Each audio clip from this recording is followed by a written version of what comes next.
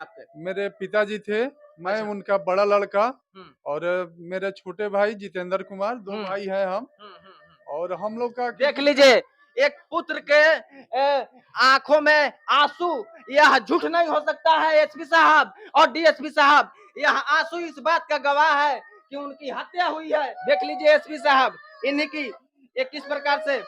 चाची चुप रह जाओ, चुप रह जाओ, ये घटना के बारे में बताओ जाओ कैसे भाई।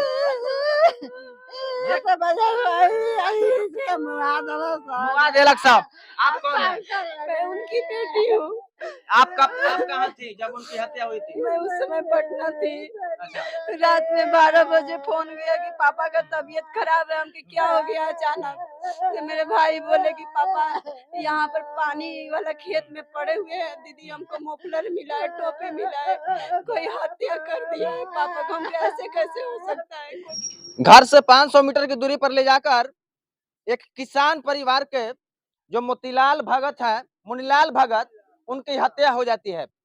अभी हम उपस्थित हैं, यह बंजरिया प्रखंड का चैलाहा टाल गांव है और यहाँ पर एक दुस्साहस करने वाली खबर फिर से यहाँ पर उजागर हुई है। आइए परिजन से मिलते हैं और इनसे जानते हैं, इनके पुत्र हैं, कि आखिर यह घटना कब हुई और कैसे हुई।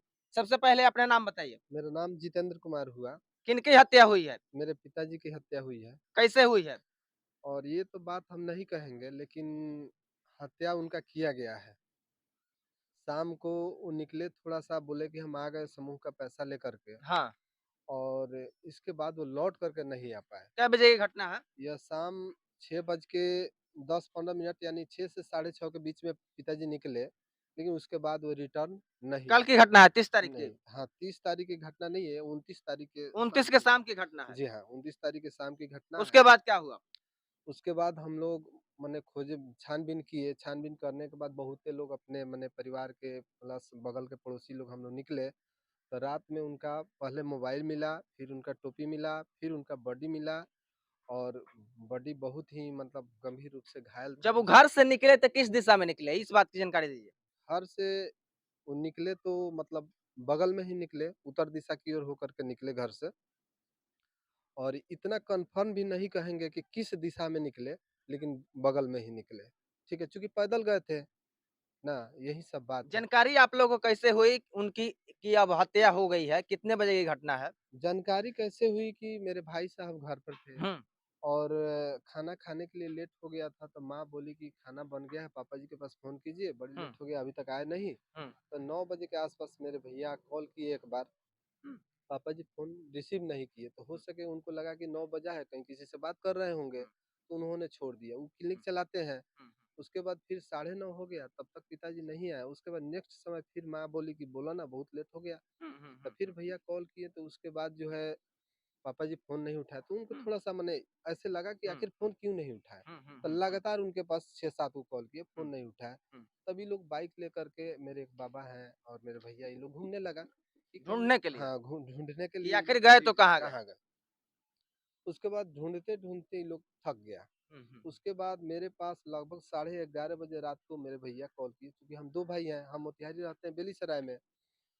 तो भैया कॉल किए, देखिए ना, कॉल किए, पिताजी का मोबाइल मिल गया। मोबाइल मिल गया है। हमने बोला कि ठीक है, मोबाइल जब मिल गया है वहाँ, तो हुँ, आप हुँ, थोड़ा हुँ, अगल-बगल में वहाँ और देखिए। हुँ, हुँ, हो हुँ, हुँ। सके कि, और भी कुछ मिले। हाँ। तो हुँ, फिर ये लोग थोड़ा-सा 2 मिनट 4 मिनट ट्राई किया, तो हुँ। उनका टोपी दिखाई दिया, नहर के साथ रात्रि का समय था और टोपी दिखाई टोपी दिया दिखाया। लगभग कितने बजे? लगभग में ये लोग 10 साढ़े 10 11 बजे, देख लीजिए 11 मित्रों, बजे के पास। अगर इस तरह की आशंका हो कि मेरे पिताजी के साथ किसी तरह का अनहोनी घटना हो गया हो, पहले मोबाइल मिलता है, उसके बाद टोपी मिलता है, तो उस बेटे पर क्या गुजरी होगी? आगे सुनिए क्या होता है। उसके बाद टोपी मिला, टोपी मिलने के बाद फिर भैया मेरे पास कॉल किए कि जितेंद्र बाबू, ऐसे-ऐसे बात है, देखिए अब पापा जी का मोबाइल तो मिल गया, लेकिन टोपी भी मिला है। हुँ, हुँ, अब हुँ, जब हुँ, टोपी मिलने के लिए कहे, तो अब मेरे से तो गाड़ी हाँका नहीं जा रहा था, हुँ, क्योंकि हुँ, शरीर में शक्ति ऑटोमेटिक कम हो गया, हुँ, हुँ, हुँ। डाउट दूसरा होने लगा, एकदम आपको अनुमान हो गया था कि कुछ अनुमान न हो कुछ गया कि कुछ अनुमान ना हो कुछ हो हुआ है। चुका है मेरे हाँ, पिताजी के साथ हो में। चुका है। हुँ, हुँ, उसके बाद हम वहाँ से गाड़ी आए, तेज़ी में आए, हुँ, तब तक भैया रिटर्न, चूँकि ये लोग 2 आदमी था वहाँ, हुँ, हुँ, वहाँ ये लोग डर गया, हुँ, ये लोग रिटर्न आ गए। तब तक हम पहुँचे, पहुँचने के बाद हम 10 आदमी को गोट किए, 12 हुँ, आदमी गोट हुँ, किए, हुँ, हम लोग सब कोई मोबाइल, टॉर्च, हुँ, लाठी-उठी लेकर के हाथ में हुँ, हुँ, चल दिए। अब सब लोग अपना-अपना खोज रहा, खोज रहा, खोज रहा। जो भैया के साथ ये लोग गया तो उनसे पूछे कि आखिर टोपी कहाँ मिला है, ये बोले कि टोपी यहाँ मिला है। फिर उसके बाद मोबाइल हम पूछे कि मोबाइल कहाँ मिला है, तो मोबाइल यहाँ मिला। जहाँ मोबाइल बता रहे मोबाइल से कितनी दूरी पर बॉडी मिला? मोबाइल से मतलब मुश्किल से 10 डेग के अंतराल पर बड़ी था। आपके साथ में ढूंढने कौन कौन गए थे? मतलब यहाँ हम पर लोग कोई है कि नहीं उपस्थित हाँ हाँ ढूंढने वालों में? हम लोग क्या हुई थी आप बताइए, सच्चाई घटना हम क्या लोग है? खोजने गए थे सर। सबसे पहले मोबाइल में रिंग हो रहा था और रिंग होते तो हम लोग सुनते सुनते खेत में पहुंच गए। सबसे पहले मोबाइल मिला, उसके बाद मोबाइल उठा लिया गया और टोपी मिला। टोपी मिला, हम लोग को डर लगा, हम लोग चले आए और 10 आदमी को गांव में से बुला के ले फिर गए। बुला के ले गए? जी, और ये भी आए मोतिहारी से, तो बुला उला के ले गए लोग, खोजे लोग, लाश मिल गया। उसके बाद थाना पुलिस के प्रशासन के पास फोन वोन हुआ, सब लोग क्या आए। नाम है आपका? मनोज कुमार।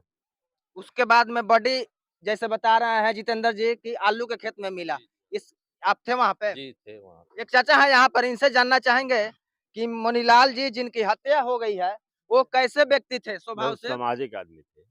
सामाजिक आदमी की हत्या हो जाती है मित्रों घर से मात्र 500 मीटर की दूरी पर ले जाकर, और अभी तक पुलिस प्रशासन द्वारा परिवार को क्या न्याय दिलाने के लिए पहल किया गया है, इसकी भी हम जानकारी लेंगे। यहाँ पर जिनकी हत्या हुई है मृतक के भाई हैं, क्या नाम है आपका? राजेंद्र कुमार। क्या हुआ है राजेंद्र जी, उसके बाद में पुलिस प्रशासन आई है तो?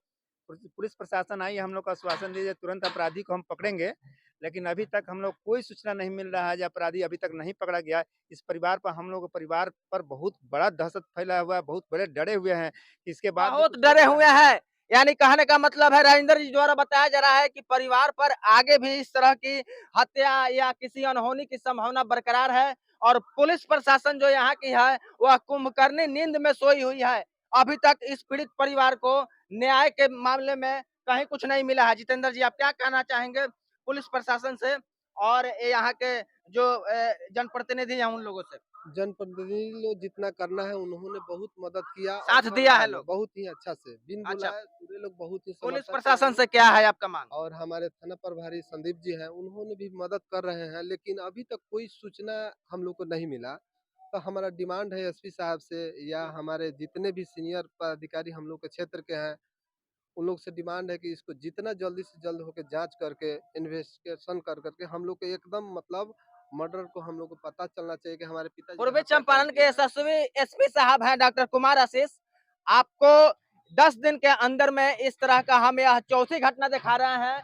पचभिड़वा का हो, पहाड़पुर का हो, या लड़की का जो हत्या हुआ था, यही वह घर है मुनीलाल जी का। और यहाँ से मात्र आपको हम वहाँ घटना स्थल पर का भी अभी हम लोग चलेंगे कि घटना स्थल पर किस प्रकार से उनकी हत्या करके फेंक दी गई थी। यहाँ पर परिवार में रोना चिकलना लगा हुआ है। जितेंद्र जी, अपने माता से आप मुलाकात करवाइए, और यहाँ पर परिवार में किस प्रकार से दुख का ये पहाड़ टूटा हुआ है, और इनसे भी हम जानना चाहेंगे कि आखिर इस परिवार को न्याय दिलाने में यहाँ के जो थाना प्रभारी है और यहाँ पर एसपी साहब हैं, उन लोगों का इन्वेस्टिगेशन कहाँ तक पहुंचा है। सबसे पहले आप अपना नाम बताइए। मेरा नाम हुआ डॉक्टर राजेश कुमार। जिनकी हत्या हुई है वो कौन थे आपके? मेरे पिताजी थे, मैं अच्छा। उनका बड़ा लड़का, हम्म, और मेरे छोटे भाई जितेंद्र कुमार, दो हम्म, भाई हैं हम। हम्म, हम्म, हम्म। और हम लोग का देख लीजिए, एक पुत्र के आंखों में आंसू, यह झूठ नहीं हो सकता है एसपी साहब और डीएसपी साहब। यह आंसू इस बात का गवाह है कि उनकी हत्या हुई है और उनको न्याय मिलना चाहिए। आगे क्या कहना चाहेंगे आप? हम चाहेंगे कि उस अपराधी को पकड़ा जाए और उसके साथ कड़ी से कड़ी कार्रवाई की जाए। एसपी साहब, ये यहाँ पर जितेंद्र जी यही दो भाई हैं जिनके पुत्र की हत्या हुई है, क्या मांग करते हैं आप? जी हाँ, हम मांग कर रहे हैं कि हमारे पिताजी के जिन्होंने हत्या किया है उनको पकड़ करके फांसी की सजा दी जाए। देख लीजिए, इन दोनों भाइयों के आंख में आंसू। अगर यही हत्या किसी विधायक के घर में और एमपी के घर में और सांसद के घर में हुई होती तो अब तक जो है कि एसपी साहब आके धरना दिए होते। देख लीजिए एसपी साहब, इन्हीं की ये किस प्रकार से। चाची चुप रह जाओ, चुप रह जाओ, ये घटना के बारे में बताओ जाओ कैसे भाई। देख लीजिए, अगर किसी घर से कोई चिराग गुजरता है और उजाड़ने वाला जो होता है वह किस प्रकार का दुस्साहस किया है, इस तरह की घटना को आप लोग गंभीरता से संज्ञान में लें और जो दोषी है उनको जल्द से जल्द गिरफ्तार करके और उनको फांसी के तख्ते पर लटकाया जाए।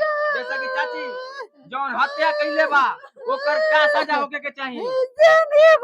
जान जान के बदला जान जाओ।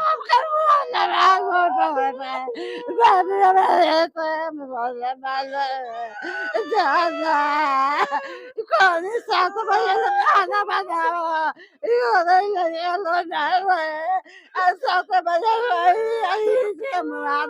मुआ देलक साहब। आप कौन है? मैं उनकी बेटी हूँ। आप कहाँ थी जब उनकी हत्या हुई थी? मैं उस समय पटना थी। अच्छा। रात में 12 बजे फोन गया कि पापा का तबीयत खराब है, हमके क्या हो गया अचानक। तो मेरे भाई बोले कि पापा यहाँ पर पानी वाला खेत में पड़े हुए हैं, दीदी हमको मोफलर मिला है, टोपी मिला है, कोई हत्या कर दिया है पापा को। हम ऐसे कैसे हो सकता है, कोई तो दुश्मन है नहीं। हमें पहले से किसी से दुश्मनी नहीं थी? मुझे पता कुछ नहीं है कि कौन दुश्मन है, कुछ भी पता नहीं। यहाँ के अगर इस तरह की घटनाएं देख लीजिए, एक भाई के आंख में आंसू, यहाँ पर जितने परिवार में सदस्य हैं सब किसी का आंख में आंसू है, सब किसी के आंखों से जो है कि यह आंसू इस बात का गवाह देती है कि यह आत्महत्या नहीं है, यह हत्या हुई है। और जो हत्यारे हैं अभी घटनास्थल पर भी चलकर हम आपको सच्चाई दिखाने का प्रयत्न करेंगे। इस परिवार को जो